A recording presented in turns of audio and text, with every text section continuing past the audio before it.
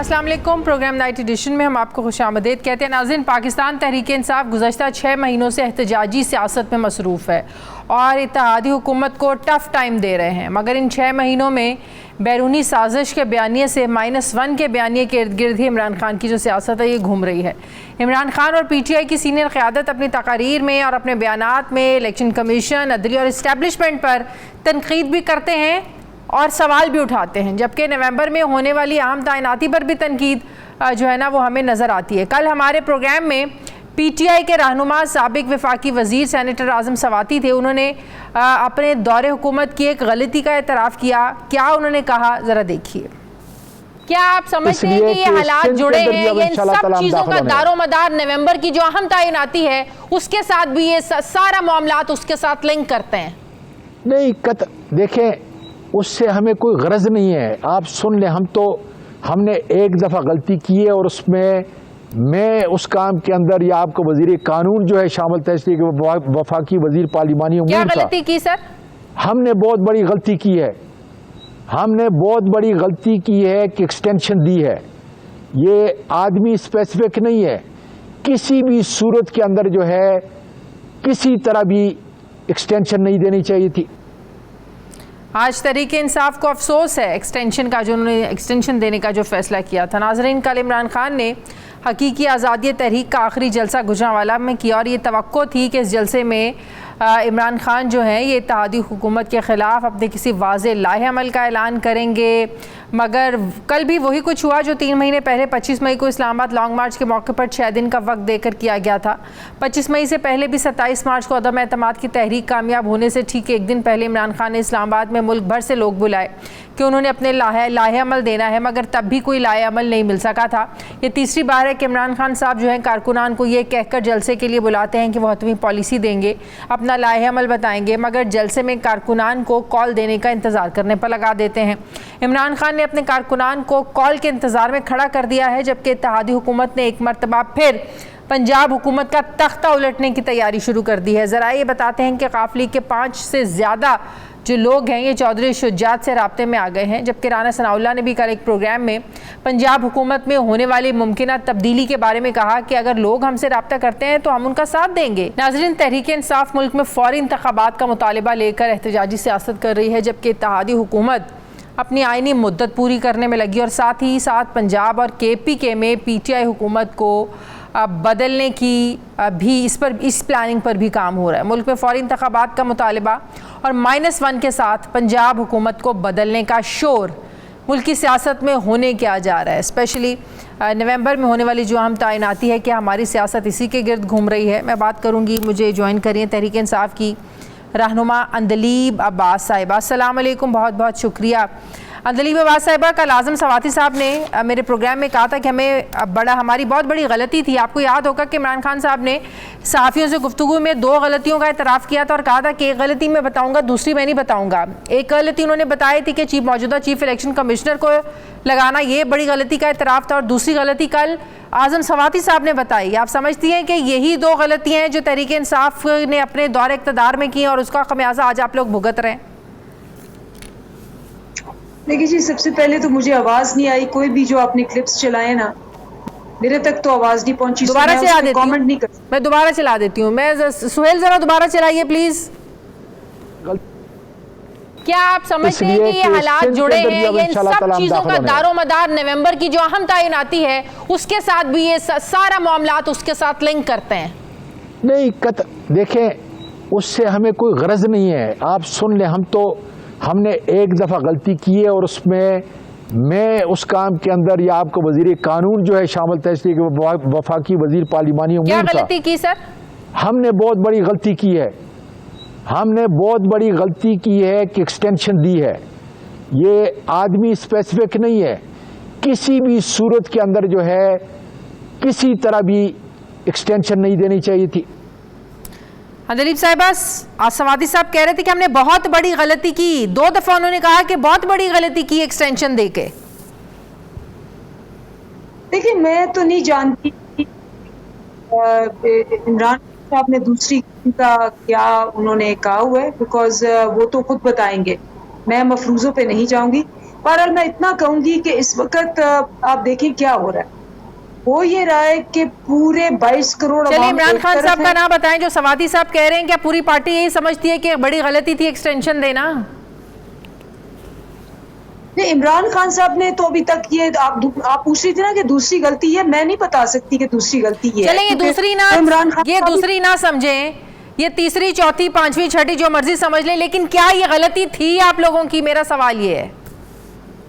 देखिए, मेरे ख्याल में जब भी एक मुद्दत होती है किसी भी ओहदे की, उसको एक्सटेंशन देने से मसले पैदा होते हैं, और वो मसले सबको पता है। किसी भी पोजीशन के अंदर जब आप एक्सटेंशन देते हैं तो उसके अंदर जो बाकी लोग होते हैं, जो कि इन लाइन होते हैं, वो डिस्टर्ब होते हैं। इसलिए इस लिहाज से तो एक्सटेंशंस आर समथिंग जो कि अवॉइड करनी चाहिए।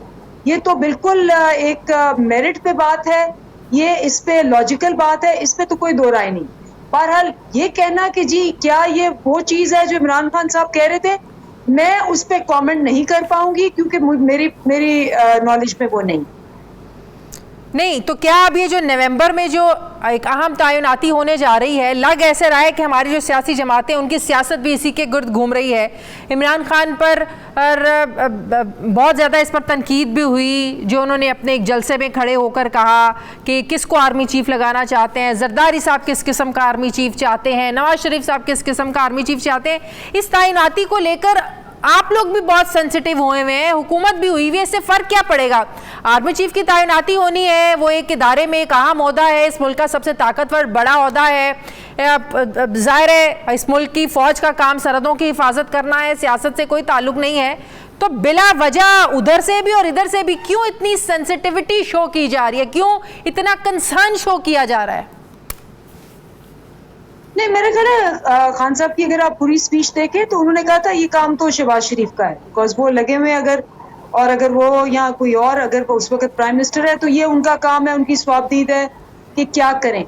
नंबर 1। नंबर 2, कोई जो उनका कॉन्टेक्स्ट क्या था, जो इमरान खान साहब कह रहे थे उनका कॉन्टेक्स्ट ये था कि ये लोग सारे इनके केसेस, आपको याद होगा कि 4700 केसेस का एनआरओ लिया था मुशर्रफ से, और ये एनआरओ लेके वापस आए। तो ये वो उस कॉन्टेक्स्ट में कह रहे थे कि जी इनकी है करप्शन बहुत, तो ये चाहेंगे कि ऐसा कोई बंदा लाए जो इनके लिए, इनकी जो पर्सनल इंटरेस्ट हैं, जो कि इनके केसेस चल रहे हैं, जो कि इन्होंने अब देखे ना, अब नैब बंद कर दी है और उसके इलेक्ट्रॉनिक वोटिंग मशीन्स बंद करती हैं, इन्होंने इंतखाबात में हिस्सा लेना बंद कर दिया है, इलेक्शन कमीशन ने इंतखाबात कैंसिल कर दिए हैं। मतलब ये तो आपने कभी देखा ही नहीं ना था।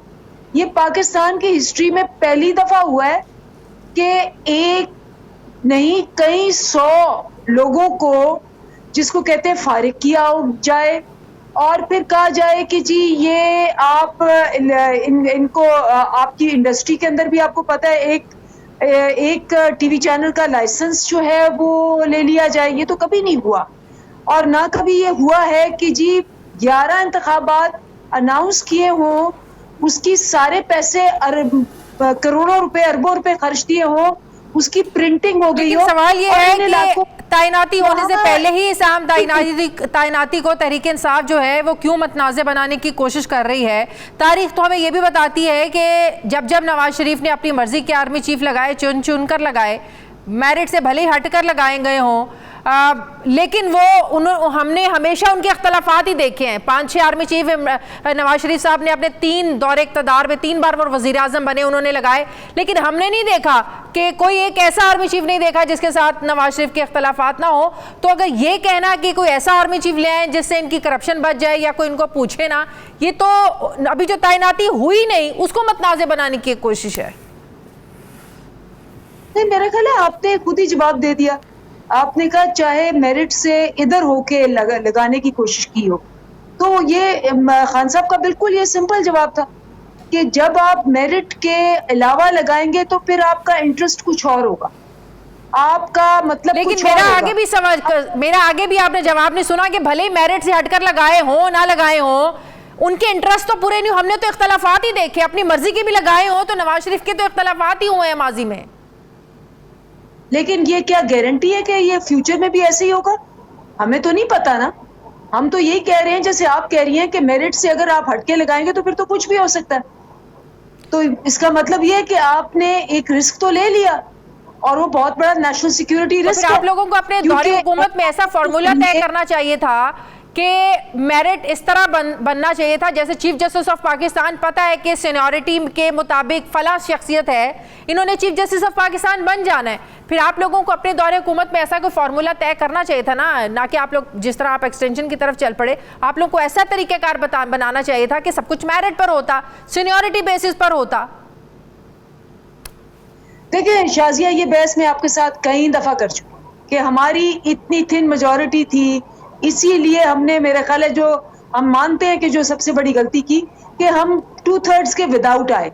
जब आप 2/3 के बगैर आते हैं ना, तो आप बड़े रिफॉर्म्स में ये लोग नहीं आपको करने देते।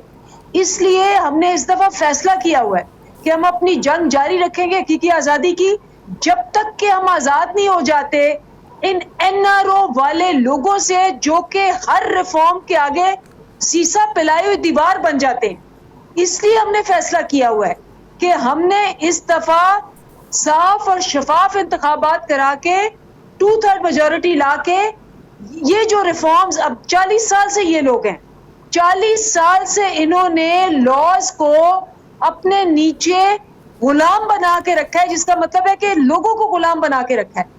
हमारी जो हकीकी आजादी है वो इस गुलामी से आजादी है, क्योंकि जब आप इस तरह से आते हैं, क्रिमिनल्स ऊपर आते हैं, डाकू ऊपर आते हैं, फिर वो डाकुओं को प्रोटेक्शन के लिए लॉज बनाते हैं, और जब आप उन लॉज को चेंज करने की कोशिश करते हैं, मतलब तो अगर आप लोगों को इत्तेहादियों के साथ हुकूमत बनाने का मौका मिले और आप बना सकते हो, तो आप ऐसी हुकूमत को ठुकरा देंगे, आप किसी को साथ नहीं मिलाएंगे?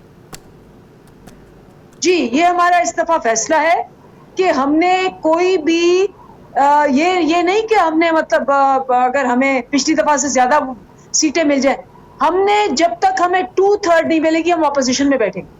कल गुजरांवाला के जलसे में एक्सपेक्ट किया जा रहा था कि इमरान खान साहब कोई वाज़ेह पॉलिसी देंगे, कोई ऐलान करेंगे, जो एक्सपेक्ट भी किया जा रहा था। आपके तमाम जो लोग हैं वो टीवी चैनल्स पर भी आके कह रहे थे कि कल के दिन का इंतज़ार करें, कल के दिन का इंतज़ार करें, लेकिन ऐसा तो कुछ नहीं हुआ। फिर उन्होंने एक वो इंतज़ार में लगा दिया लोगों को। किस चीज़ का इंतज़ार, किस चीज़ का है? देखिए, आप लोग ना थोड़ी, मेरे ख्याल है, रियलिटी नहीं देख रहे। आप देख नहीं रहे कौम कैसे बाहर निकली हुई।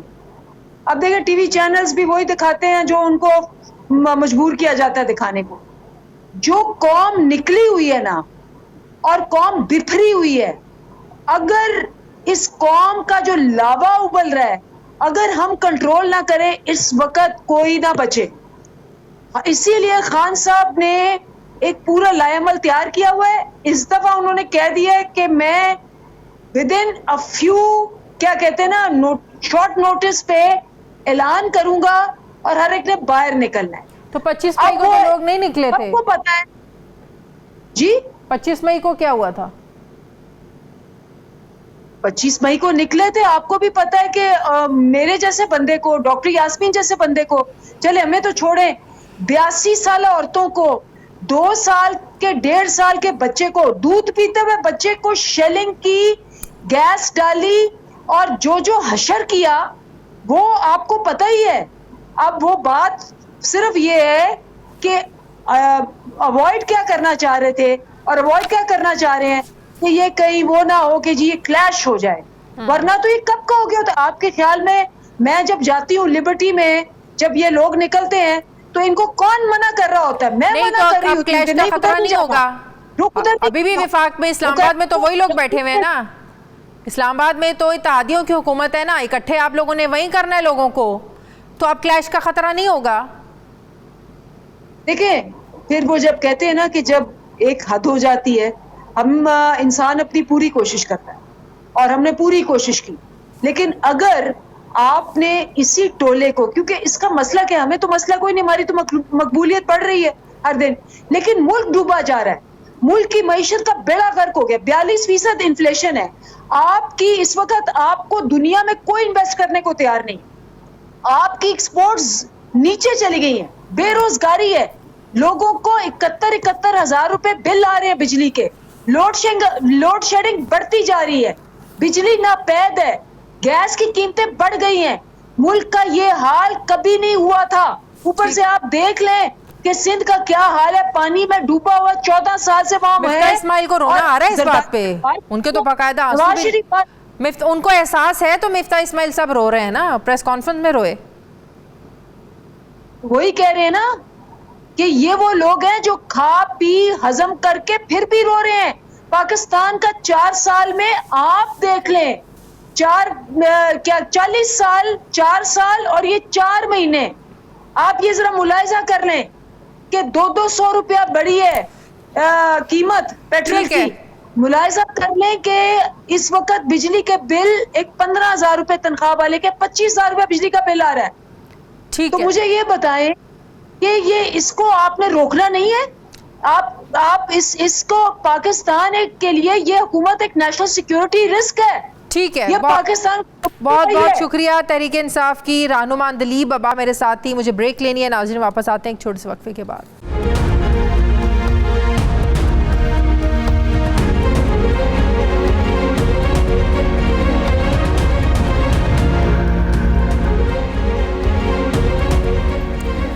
ब्रेक के बाद एक बार फिर से आपको खुशामदीद कहते हैं। नाजरीन, इस वक्त इमरान खान और पाकिस्तान तहरीक इंसाफ बड़ी शदोमत से इलेक्शन कमीशन ऑफ पाकिस्तान और दीगर इदारों पर सवाल उठा रहे हैं।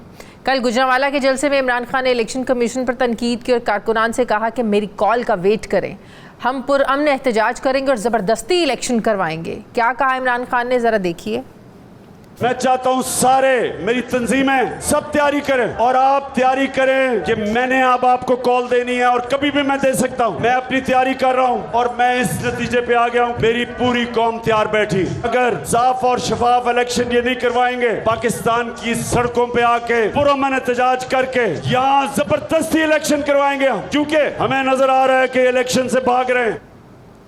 नाज़रीन, इमरान खान इस वक्त 4 बड़े खतरात में घिरे हुए हैं, जिनमें से एक तौहीन अदालत का केस है जिसमें इस्लामाबाद हाई कोर्ट ने उन पर 22 सितंबर को फर्द जुर्म आयद करनी है। लेकिन कल के जलसे में इमरान खान ने कहा कि इस्लामाबाद हाई कोर्ट का जो भी फैसला होगा उन्हें मंजूर है। अदालत के एहतराम का तो उन्होंने कह दिया, मगर इलेक्शन कमीशन को वो आड़े हाथों ले रहे हैं। जबकि इलेक्शन कमीशन में भी इमरान खान के 3 ऐसे केसेस ज़ेर समाअत हैं जिनमें उन्हें सज़ा हो सकती है। इनमें से एक तोशाखाना केस है, दूसरा तौहीन इलेक्शन कमीशन केस है, तीसरे नंबर पर ममनुआ फंडिंग केस है। ये वो केसेस हैं जिनमें इमरान खान का बचना नामुमकिन नहीं तो मुश्किल ज़रूर है।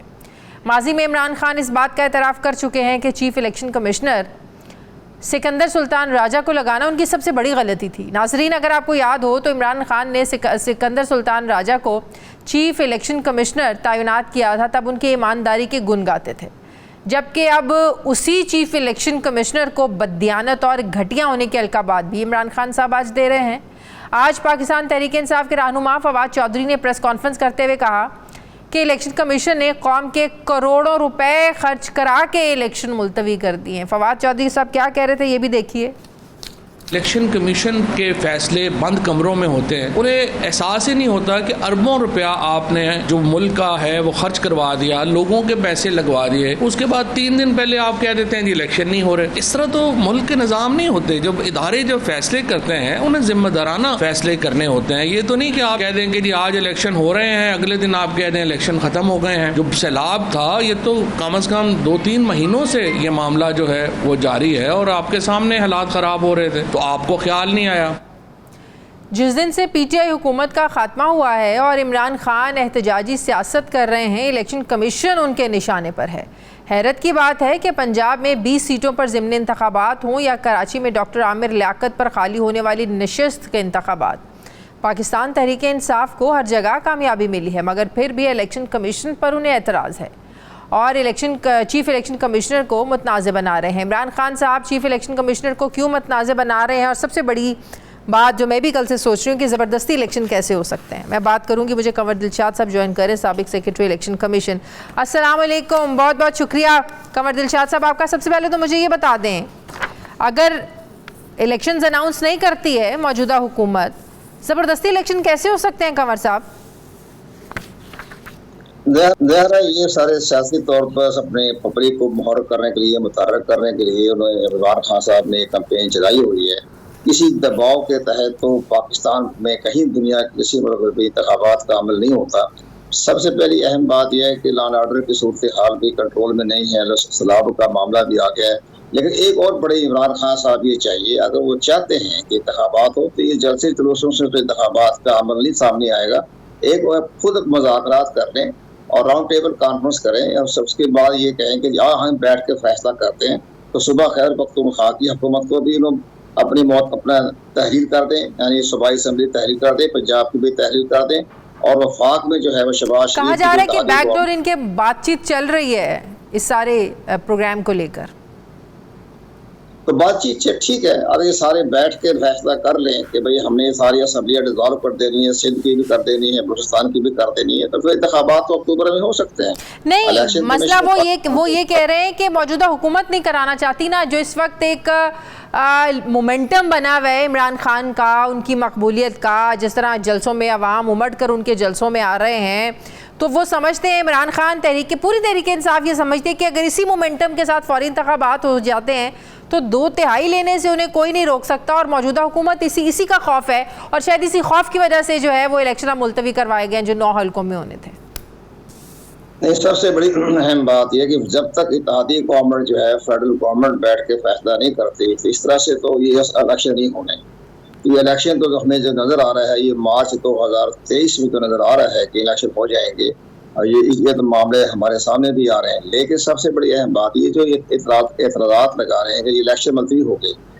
इलेक्शन मुलतवी होने की पीछे पस मंज़र ये है कि इलेक्शन कमीशन ऑफ पाकिस्तान ने वज़ारत दाखिला को ख़त लिखा अपने आर्टिकल 220 के तहत कि आप हमें अपने रेंजर दें, आर्मी दें, ताकि हम पोलिंग स्टेशनों पर जो है उसकी ऐसा तरीका होता है, हमेशा आर्मी तलब की जाती है, रेंजर तलब की जाती है। तो वज़ारत दाखिला ने कहा कि जी हमारे पास उस सैलाब में तमाम रेंजर अफवाज पाकिस्तान नौजवान जो हैं वो सैलाब में आवाम की खिदमत कर रहे हैं, तो हमारे पास वो सोर्स नहीं है, हमारे पास स्ट्रेंथ नहीं है। तो आप इसको फिलहाल हम आपको रिक्वेस्ट करते हैं कि आप इलेक्शन को जो है पोस्टपोन कर दें। इसके साथ साथ चारों जो इसके बाद पंजाब के और सिंध के बाकी जो थे चीफ सेक्रेटरी, उन्होंने ये कहा कि चूंकि सैलाबी अमल पैदा हो गया तो पोलिंग स्टाफ नहीं है। पोलिंग 4000 पोलिंग स्टेशन बने थे, तो 60-70 हज़ार पोलिंग का अमला चाहिए था। उन्होंने कहा वो सारा तकसीम हो चुका है, अपने खानदान की बचत करने के लिए सैलाब में मसरूफ है, घर बर्बाद हो चुके हैं, सेंट्रल गवर्नमेंट जो है अंदर का जो सिस्टम है वो ख़त्म हो चुका है। वो भी उन्होंने रिक्वेस्ट की जनाब फिलहाल आप मुलतवी कर दें। तो इलेक्शन कमीशन पाकिस्तान ने दोनों राय अपने सामने रखी और कुछ चंद महीनों के लिए या 2 महीने के लिए या 2 हफ्ते के लिए मुलतवी कर दिया, लेकिन सारा रिकॉर्ड मौजूद है, बैलेट पेपर तैयार हैं।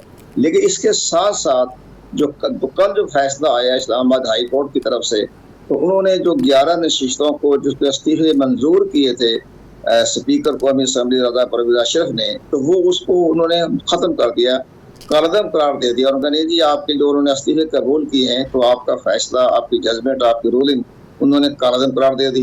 तब 11 हल्कों में तो अब इंतखाबात नहीं हो सकते, उसका तो कालदम करार दे दिया, बाकी 2 हल्के रह गए वो इंतखाबात हो जाएंगे। यहाँ जरूर इलेक्शन कमीशन पाकिस्तान जैसे फाज चौधरी साहब फरमा रहे हैं कि जी आपके इंतजामी बुरहान है।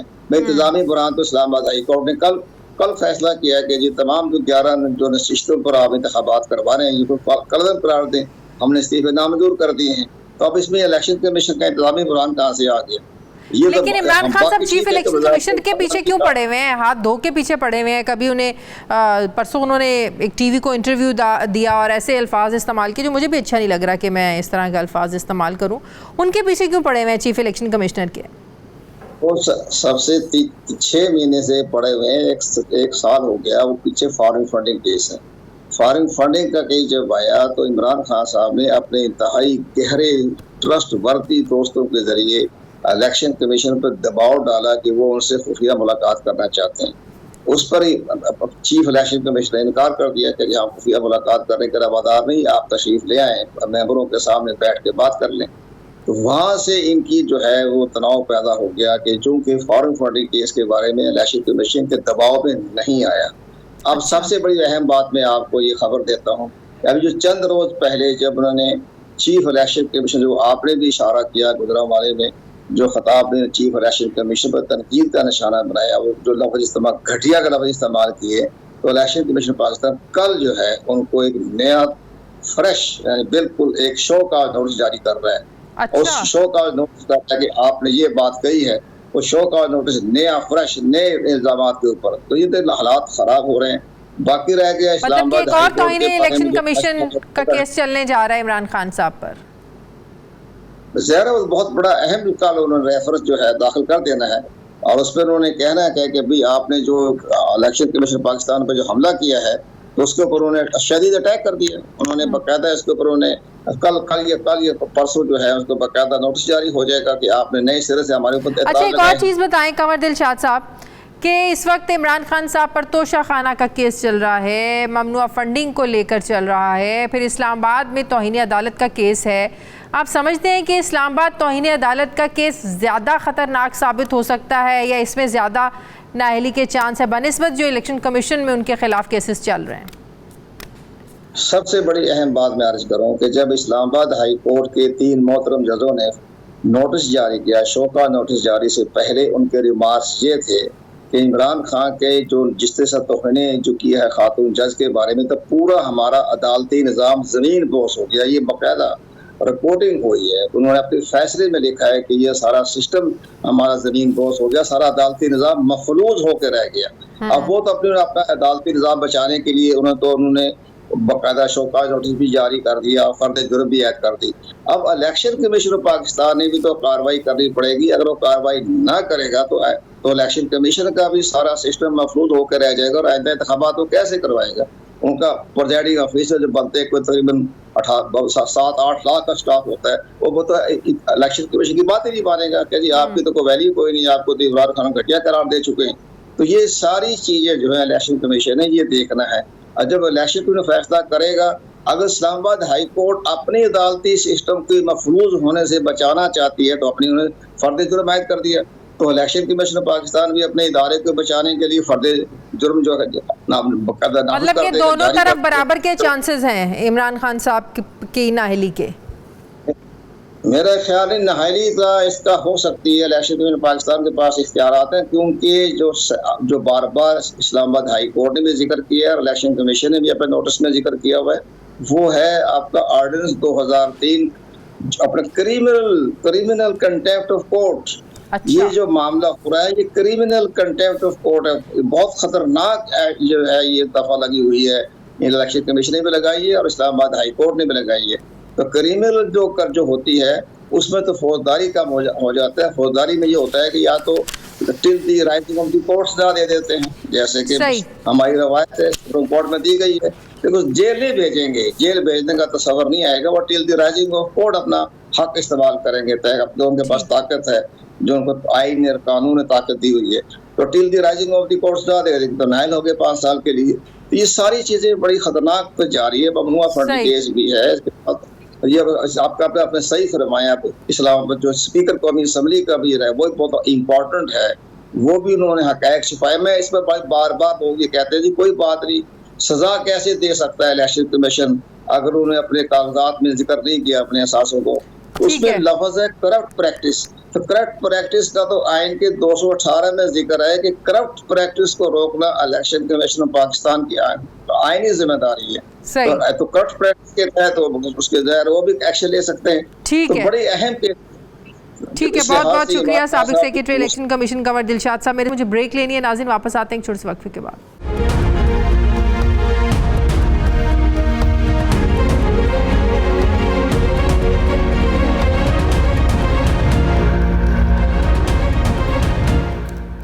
ब्रेक के बाद एक बार फिर से आपको खुशामदीद कहते हैं नाज़रीन। मुल्क में सैलाब ने तबाही मचा रखी है। बलूचिस्तान, सिंध, खैबर पख्तूनख्वा और पंजाब जहाँ जहाँ भी सैलाब आया है वहाँ तबाही के मनाजिर ही देखने को मिल रहे हैं। खुराक की क़िल्लत के साथ साथ मुख्तलिफ बीमारियाँ भी सैलाब मुतासरीन की मुश्किलात में इजाफे का बाइस बन रही हैं। न रहने को ठिकाना बचा है और ना ही मुस्तकबिल की कोई उम्मीद नज़र आ रही है। सिर्फ मायूसी और परेशानी ही सैलाब मुतासरीन का इस वक्त मुक़द्दर बनी हुई है। NDMA के आदाद व शुमार देखें जिसके मुताबिक सैलाब की वजह से अब तक 1355 अफराद जान की बाजी हार गए हैं, जबकि ज़ख्मी होने वालों की तादाद 12,000 से ज़्यादा है।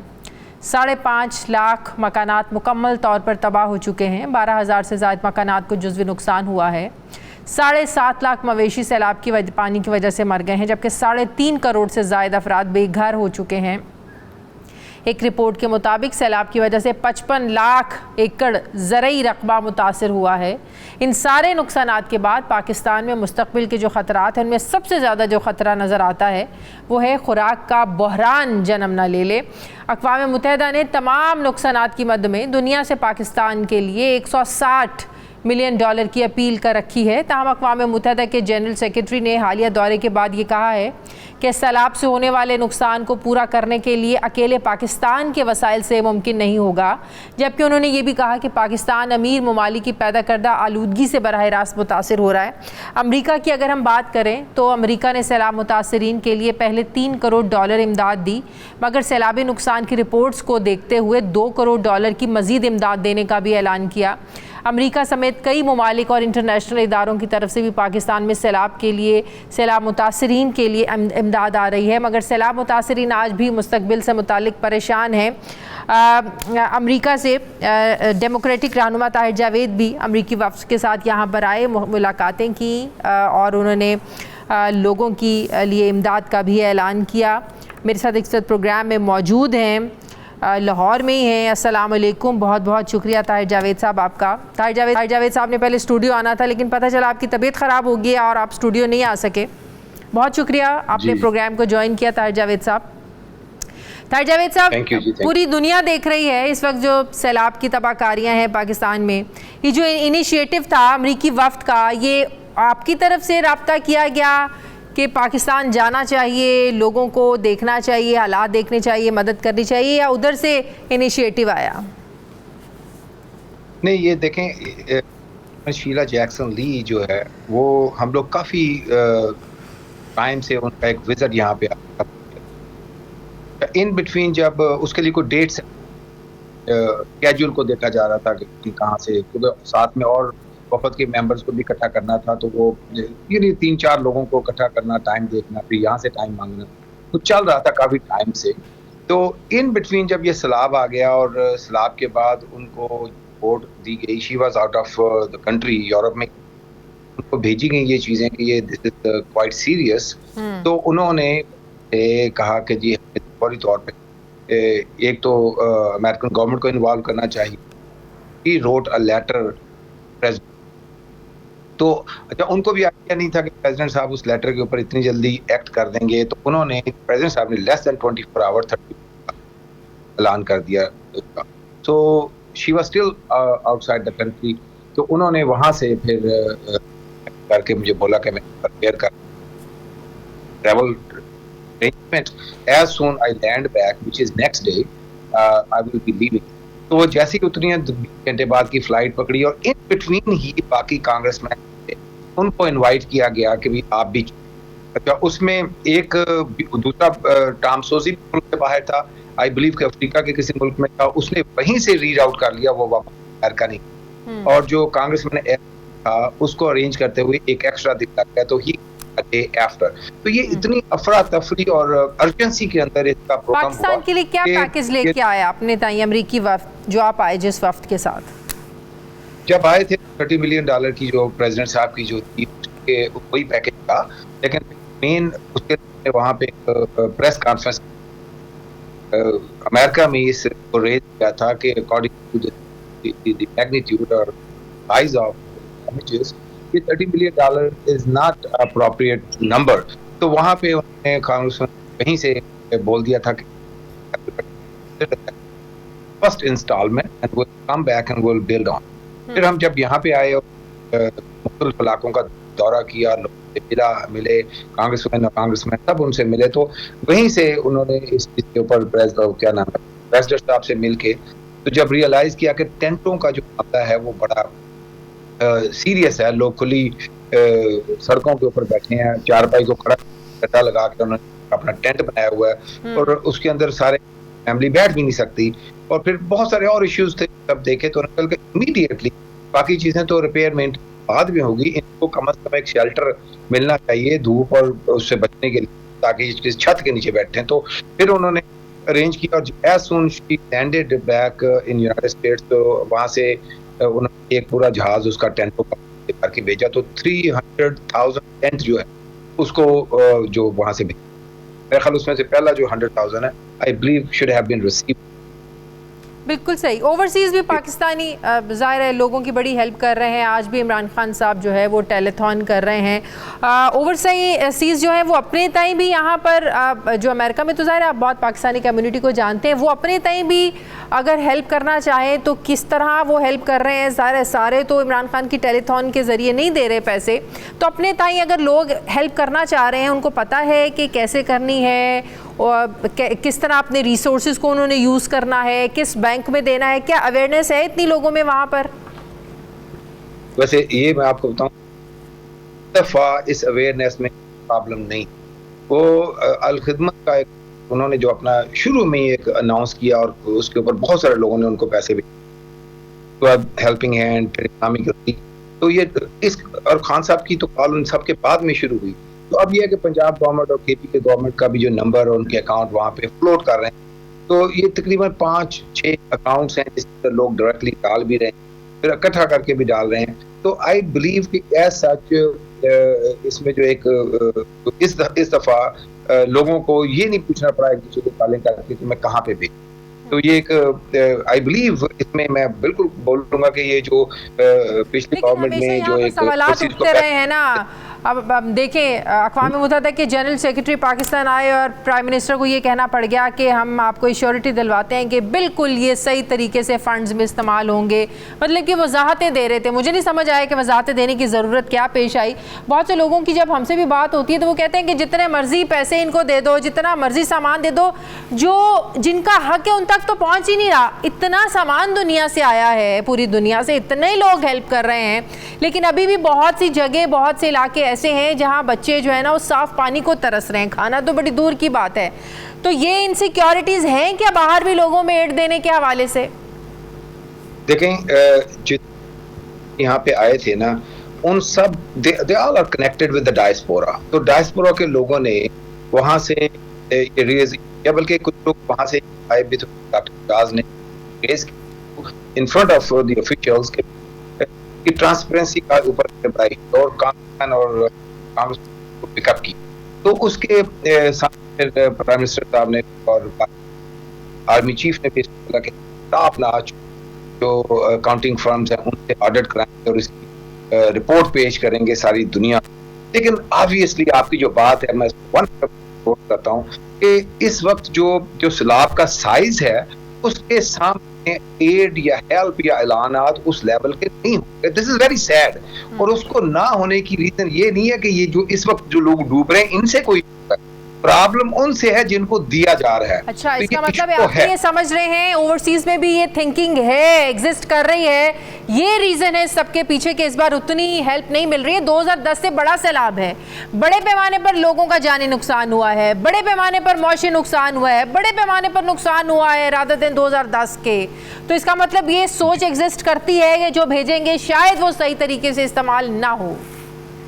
अच्छा, इसमें देखें, आप भी देखें कि ये जो ट्रांसपेरेंसी का मामला है, ये जब जो यहाँ का पॉलिटिकल उसका भी तो सबसे बड़ा इशू है।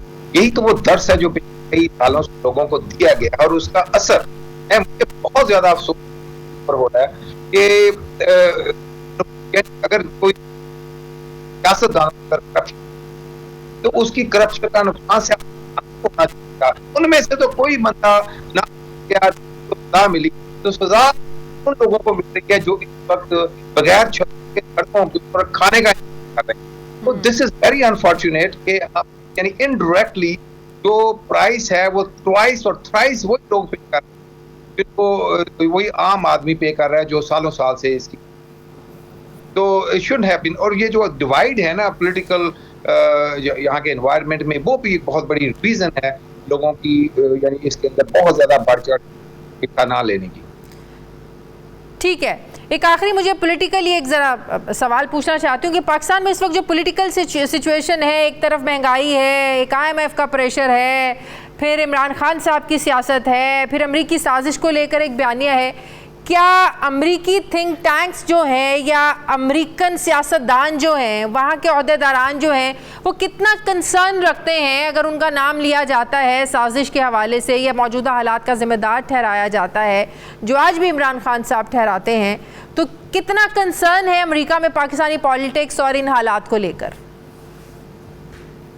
अमेरिका में कोई कंसर्न साजिश के हवाले से, अमेरिका में जो थोड़ा बहुत कंसर्न है पॉलिटिकल एनवायरनमेंट, ये पूछते भी यहाँ की लीडरशिप से पूछा कि हम लोग किसी भी वक्त कभी भी कोई आफत आती है या कोई डेवलपमेंट का या कुछ और चीज़ होती है तो हम पाकिस्तान के साथ खड़े होते हैं और इनका साथ देते हैं। लेकिन यहाँ पे जब भी कोई एंटी अमेरिकन स्लोगन रेज किया जाता है या शुरू किया जाता है तो बहुत सारी पॉपुलेशन उसके पीछे लग जाती है। तो इसका क्या हल है, इसको क्या किया जाए, लोग why they like that slogan. उसमें सबसे अच्छा जवाब जो उनको दिया था वो कि आप हमारी हेल्प करें, यहाँ का एजुकेशन यूनिवर्सिटीज लाएं और लोगों को दिखाएं यहाँ के, और बच्चों को इकट्ठे का मौका मिले तो उनको पता चले दोनों की पॉलिसीज क्या है, तो कोई इशू है ना। तो ये मतलब उनको बड़ा एक टेक्निकली ये बड़ा एक अच्छा जवाब था कि भी आम पब्लिक को इंटरेक्ट करने के साथ तो शायद आपके साल हो जाए। ठीक है, बहुत बहुत शुक्रिया ताहिर जावेद साहब मेरे साथ थे, थैंक यू वेरी मच। हमारे प्रोग्राम ख़त्म हो गया नाज़रीन, फीडबैक ज़रूर दीजिएगा, अपना ख्याल रखिएगा, मुझे इजाज़त दीजिए, अल्लाह हाफ़िज़।